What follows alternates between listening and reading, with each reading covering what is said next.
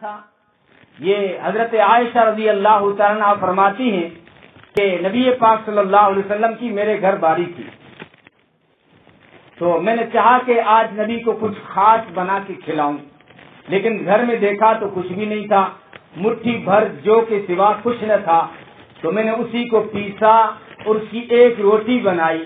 جب پیسا، گوندا، روٹی بنائی، سردی کا موسم تھا، نبی پاک صلی اللہ علیہ وسلم کی آنکھ لگ گئی، نیند آ گئی، تو میں نے روٹی کے خاطر نبی کو جگانا گوارا نہ کیا۔ میں نے کہا کہ جب جاگیں گے، آنکھ کھلے گی تب پیش کر دوں گی۔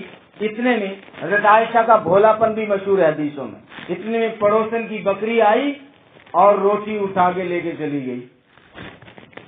ہاں، پڑوسن کی بکری تو آ جاتی ہے نا، یہاں بھی آ جاتی ہے، اور بکری بیچاری کو کوئی پتا نہیں کہ تمہاری آپس میں نہیں بنتی، بکری کو نہیں پتا۔ میں نے بکری پالی ہے، مجھے پتا ہے۔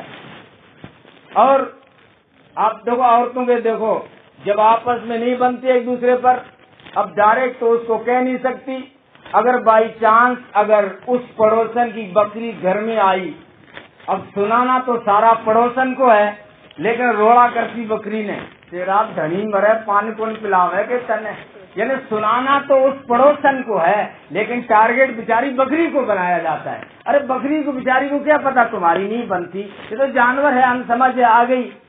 تو وہ بکری آئی، حضرت عائشہ رضی اللہ تعالیٰ عنہا کی روٹی اٹھا کے لے گئی۔ اب حضرت عائشہ دوڑی نہیں، کیوں؟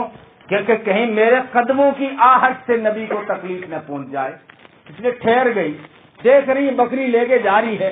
اتنے میں نبی پاک صلی اللہ علیہ وسلم کی آنکھ کھل گئی، تو جو کھٹکا تو وہی ہو گیا، تو حضرت عائشہ نے دوڑ لگائی اس بکری کے پیچھے، تو نبی نے فرمایا عائشہ رک، کیوں دوڑ رہی ہے؟ عرض کیا اللہ کے رسول، ایک روٹی بنائی تھی، معمولی سے جو تھے اس کو پیسا اور روٹی بنائی، اور یہ پڑوسن کی بکری آئی اور روٹی لے کے چلی گئی۔ نبی نے فرمایا عائشہ آرام سے جا، اگر روٹی